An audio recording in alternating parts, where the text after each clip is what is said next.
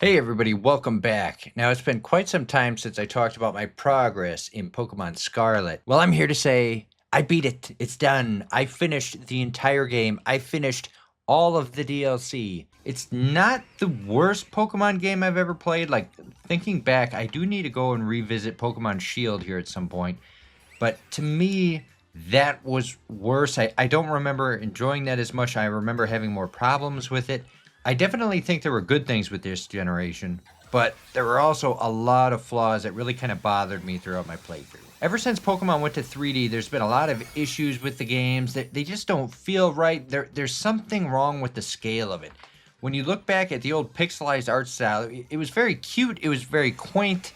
There was a degree of believability because everything you were seeing was all pixel art anyways, and it just helped ease you into it. Where I think now when you're looking at the 3D games, they're more realistic, but then the flaws are more evident. So I mean, if we're going to talk about the good things about Pokemon Scarlet, I would say one of the best things this game does is Pokemon are out and walking around in the environment, and they're placed in areas that make sense, and it's just awesome to see. They've done this before a little bit, they've gotten rid of random encounters, and we had this in Pokemon Let's Go Pikachu, Let's Go Eevee, but this really just drove it home where it's like, yeah, you have a flock of Pokemon where you would expect them to be in the wild, and they're surrounded by other Pokemon you would also expect to be there. It made perfect sense. And then tying into that, you had Pokemon near their evolutions. So this was something that was totally wild to see as I was playing through the game, but it's like, oh yeah, look, there's a bunch of Ghastly. Occasionally you see a Haunter. Maybe there's even a Gengar. The higher evolutions would be more rare, but you could still find them out in the game, and I thought that was really cool because, yeah, you would see, like, the more alpha Pokemon guarding all the little babies, and they would be kind of moving around like that. I really thought that was kind of immersive. The other thing I really liked about the game is they had this awesome open world, and it had multiple branching story paths. Like, it was really cool. You could go down the path of the legends, and you could recover your legendary Pokemon, even though he sucked. You could go through and you could focus on defeating the evil team in the game, which was really cool, even though they were really bad. Or you could go through and you could do the mainline Pokemon story and get all of your badges and become a champion of the Elite Four. That was really cool. I'd like to see more of that in future games. Like, that made sense because you could kind of follow where you wanted to go. You can follow your passions. I want to get my legendary Pokemon all beefed up. Go do that first. Or I want to get all of the badges and beat the Elite Four. Go do that. I thought that was really immersive. It felt like I was more in the world and doing things that a trainer would do out in the Pokemon universe. And then the next thing that I thought was really cool was this new gimmick that they had, Convergent Evolution. I mean, we've had new evolutions for Pokemon in the past where you have a special item or do a special thing. We've had regional forms of Pokemon, which are also really cool. And they've done other little gimmicks before, like Ultra Beasts or weird Pokemon, things like the Paradox Pokemon, where you had past and future versions. That's cool. But this convergent evolution thing is really, really cool. Just like how in real life, everything gradually turns into a crab. Well, in Pokemon, yeah, this looks like a Tentacruel, but it's not. It's a mushroom that looks like it. They're not related at all. And you could have a Wiglet that looks just like a Diglett, but they're totally different species. They're not related at all. They're two completely different Pokemon. Their evolutions even look the same, and I just think that's kind of awesome. So I'd like to see more of that. I think that's a really cool idea. If this is a game all about evolution and changing, they should add things like this into the game. That's a real life phenomenon.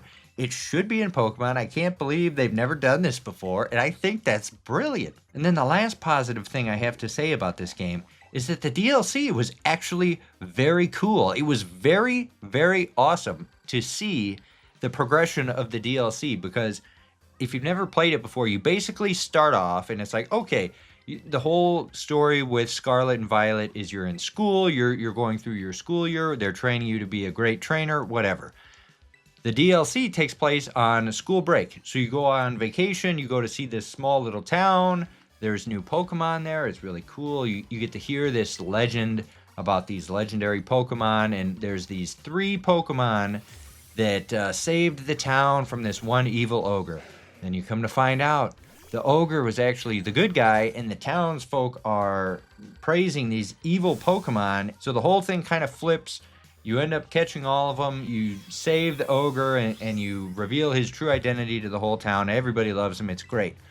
But you meet this little kid on the way, and he wants to catch that ogre. And when you catch it, that kind of makes him mad.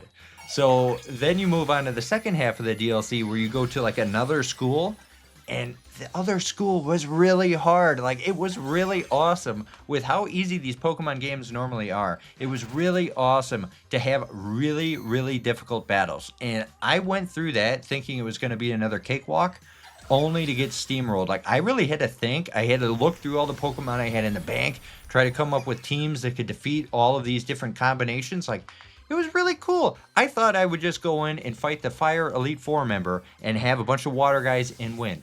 But no, you had to actually think about your team composition, and every Pokemon they had on their team worked really well together. They had really good synergy, and it made you kind of think about your team comp. And it was double battles. So that was really cool too, because it's totally different than single battling, and it really brought me back to playing Pokemon games on the GameCube, like XD Gale of Darkness and Coliseum. It made you kind of think about, okay, yeah, this attack is going to hit both people on the field, but it's also going to hit my partner Pokemon, so I have to be careful about what I'm doing and what moves I'm using, and I really, really like that. It was really cool to see. And then again, you get to see your little friend from the first part of the DLC, and he's mad at you because you stole that Pokemon for him. So he's been focusing on being the strongest trainer ever. So you encounter him again, you defeat him, and he's totally defeated, totally distraught. And then later, when you go to fight the legendary turtle for this DLC, he throws a Master Ball at it before you could even fight him. And I was just sitting there like, I haven't been shocked in a Pokemon game for so long. So for me, that was so cool to finally see something like that happen on the screen. It was awesome. So I really enjoyed that. That was really cool to see the evolution of that character. And then at the end, they had this little epilogue to it where you're doing this Mochi Madness, where you fight the final legendary Pokemon for the DLC. They had this whole town converted into a bunch of zombies, and they were all horrified, and they're doing this stupid little dance, which I'm going to have some of that on the screen here for you so you can see. But that was really cool. That was really fun. I wish the whole game had this kind of storytelling in it, because I really think they nailed it with the DLC. So moving on to the things I didn't like about the game, the story was very, very weak in the main campaign. I was so bored. The antagonists were so boring. Like, I didn't really care about the bullying. I didn't really care about getting different foods for my legendary Pokemon. I mean, I'll get into this with the legendaries later, but like, that really didn't drive me. What drove me was the fact that I didn't have most of my Pokemon, and I'm trying to rebuild my national deck, so I was just catching and going through the motions with it. So that felt really good and kept me motivated, but the main story was very, very weak. The antagonists were not very thought-provoking at all. And then to tie into that, the difficulty was way too easy. I flew through most of the stuff in this game without really even trying. I was kind of on autopilot, which worked really good because we were watching Game of Thrones and Wednesday and doing these other things primarily, and I was just doing this on autopilot, which I don't really want. I want to be able to think about it a little more than that, but yeah, difficulty was way too easy. They also had more of these really bogus, disposable, generational gimmicks. I wish they would get away from this. The Pokemon games have such a good core. They don't need this kind of throwaway nonsense. We don't need Mega Evolutions, even though they're cool. We don't need Terrestrialization. We don't need Gigantamax. That's all bogus. Z-moves, bogus. I wish they would just move away from that trend entirely. Just focus on the things that are working and keep them in the game and build up from there. Focus on the story. Like, put some more thought into, like, the main meat of the game, not these little throwaway gimmicks. It was really bad. It was really, really bad. I don't know why they do this. And then going on from there, the art design in this game drove me wild. It was crazy. Like, you have a main cutscene, and then meanwhile, the whole background of the environment is just very low polygon, low detail, low frame rates. Like, that's one of the reasons I didn't even play it on the original Switch. It was just a disaster. It was a soupy mess. So when I got my Switch 2, I decided I'm going to go back and try it again. And it did play better, but that's because they had some patches for it. And I just feel like Pokemon games should have more than this. It should be visually appealing. It's a great, great selling game. Why are they not putting money back into these games? It doesn't make sense. And I guess part of that is they're going to sell either way. So who could blame them? Like, why not cut corners if they're still going to buy the game anyways? But to me, that just sucks. I want Pokemon to be beautiful. I want it to be really immersive, and it doesn't have to be photorealistic, but choose an art design that doesn't look like crap when you're playing it on the Switch. They have other games that look great on the Switch. Look at Breath of the Wild. Look at all of these other art styles. Like, come up with something that makes your game look better. I just don't get it. Then from there, these legendary designs, oh my god. Every single legendary in this game looks terrible. I hate all of them. I don't know what they're doing. The Virgin exclusives are really bad. I don't like how either of them look like motorcycles, but then they don't actually work. Like, if you're going to have a Pokemon you ride around on, sure, just make like a badass dragon, whatever. Give it wings, have it fly. A motorcycle? It's got these big wheels on its chest. They don't even move. Like, I think they look so dumb. And then even through the DLC, even though the DLC had a good story, the legendary designs were just terrible. They look like crap. Like all the three evil gang members, like I don't like them. The ogre is fine, I guess. I like how you put the mask on and he can change, and then suddenly it's like he's a big Chinese dragon with all these big flowy bits, but he's maybe the best one out of all of them. Then you have what else do you have? You have the shiny turtle, and it's the Beasts of Ruin, where they were like basically stole out of a different region and brought over to Paldea. Like, that's a cool idea, but they look weird. Like there's nothing with their design that I like. I wasn't excited to catch them or use them. They were just very like bland. Maybe if I was playing through a whole Chinese Pokemon game and you found those at the end and it was more fitting, but like to me, I'm just looking at it, I'm thinking, I am never going to use this. I'm not excited to have these Pokemon. I just don't know how else to explain it. Like, part of the appeal to a Pokemon game to me is getting through the beginning stages, getting to the end, and getting that really awesome Pokemon at the end of the game. And then when you get to the end of the game and the Pokemon are very just meh, that sucks. Like, you want to have cool designs, and I get it. You don't want to overdo it with the legendaries, but they should be really appealing. Everybody should want to catch these Pokemon for the most part, but that was very weak. And then lastly, the part that drives me the most bonkers is part of the reason I got Scarlet in the first place is I knew you could get the Paradox form of Suicune Walking Wake. So when I went and got Pokemon Scarlet, the plan was one day I'm going to catch the Walking Wake. It's a Paradox Pokemon. It's in the game. I didn't think about it very much. Come to find out, it's a timed exclusive that I missed because I didn't beat the game when it came out years ago. I think that's bogus. So I missed Walking Wake, Gouging Fire, and Raging Bolt. What a bunch of crap. I am so bummed that I missed these things. I think they look awesome.